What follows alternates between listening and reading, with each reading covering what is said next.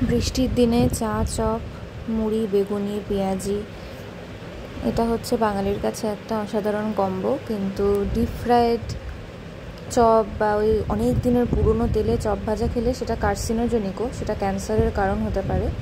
আর সাথে ওই তেলে ভাজার সাথে দুধ চা খেলে পরে অ্যাসিডিটি অবশ্যই হবে। সেটা অ্যাভয়েড করার জন্য এখানে হেলদি ওয়েতে বেগুনি, পেঁয়াজি, চপ ভাজা হয়েছে এয়ার ফ্রায়ারে উইদাউট অয়েল। আর দুধ চা যেটা আমি বানিয়েছি সেটা ওটস মিল্ক দিয়ে বানিয়েছি। এইভাবে খেলে পরে কখনোই অ্যাসিডিটির কোনো সম্ভাবনা থাকবে না। অবশ্যই তেলে ভাজার থেকে এতে সময় একটু বেশি লাগে। প্রথমে আমি পেঁয়াজ লম্বা লম্বা করে সরু সরু করে কুচিয়ে নিয়েছি। তার মধ্যে একটু কাঁচা লঙ্কা, বেসন, লাল লঙ্কার গুঁড়ো, নুন, একটুখানি হলুদ, চাট মশলা দিয়ে মেখে পেঁয়াজির শেপ দিয়ে সেটাকে রেডি করেছি।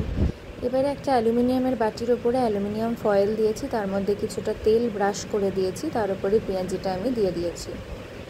আর একটা বেগুন স্লাইস পাতলা করে কেটে নিয়ে সেটা বেসনের ব্যাটারে ডুবিয়ে ওই ফয়েলের ওপরে দিয়ে দিয়েছি।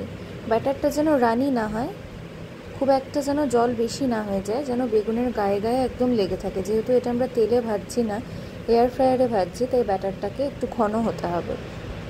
এবারে এটা এয়ার ফ্রায়ারে দিয়ে 5 মিনিট এক পিঠ, আবার 5 মিনিট অন্য পিঠটা করতে হবে 185 ডিগ্রি সেন্টিগ্রেডে। এতে জিনিসটা পুরো সিদ্ধ হয়ে যাবে, কিন্তু কালারটা আসবে না। কালারটা আনার জন্য, ভাজার যে খয়েরি কালারটা, ওটা আনার জন্য 200 ডিগ্রি সেন্টিগ্রেডে 2 মিনিট এপিটোপিট করে ভাজলেই কালারটা চলে আসবে। এরপর আলুর চপের জন্য কিছুটা আলু সিদ্ধ করে নিয়েছি। আলু সিদ্ধর মধ্যে লঙ্কা গুঁড়ো, নুন, হলুদ, চাট মশলা দিয়েছি। সাথে একটা ভাজা মশলা যেটা শুরুতেই করে নিয়েছি, একটু সাদা জিরে আর শুকনো লঙ্কা কড়াইয়ের মধ্যে ভেজে সেটাকে গ্রাইন্ড করে ওর মধ্যে মিশিয়ে দিয়েছি। সব কিছু একসাথে মেখে আলুর চপের শেপ দিয়ে বেসনের ব্যাটারে ডুবিয়ে এয়ার ফ্রাই করবো 5 মিনিট এপিটোপিট 185 ডিগ্রি সেন্টিগ্রেডে।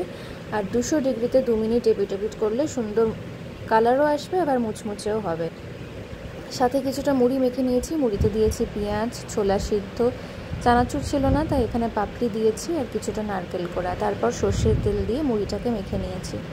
আর দুধ চায়ের জন্য আমি এখানে গরুর দুধ বা কোনো রকম ডেয়ারি প্রোডাক্ট ইউজ করে নিই। আমি দিয়ে দিয়েছি 1 কাপ ওটস মিল্ক, হাফ চামচ চিনি, তার মধ্যে রেড লেভেল ন্যাচারাল কেয়ারের চাটা দিয়েছি। এটায় খুব সুন্দর একটা গন্ধ আসে, টেস্টটাও খুব ভালো লাগে। এটা দিয়ে বেশ কিছুক্ষণ ফুটিয়ে নিয়েছি। আমি চাটা একটু কড়া খেতে পছন্দ করি, তাই একটু বেশি সময় ধরে ফুটিয়েছি, চা পাতাটা একটু বেশি দিয়েছি, তারপর ছেঁকে নিয়েছি।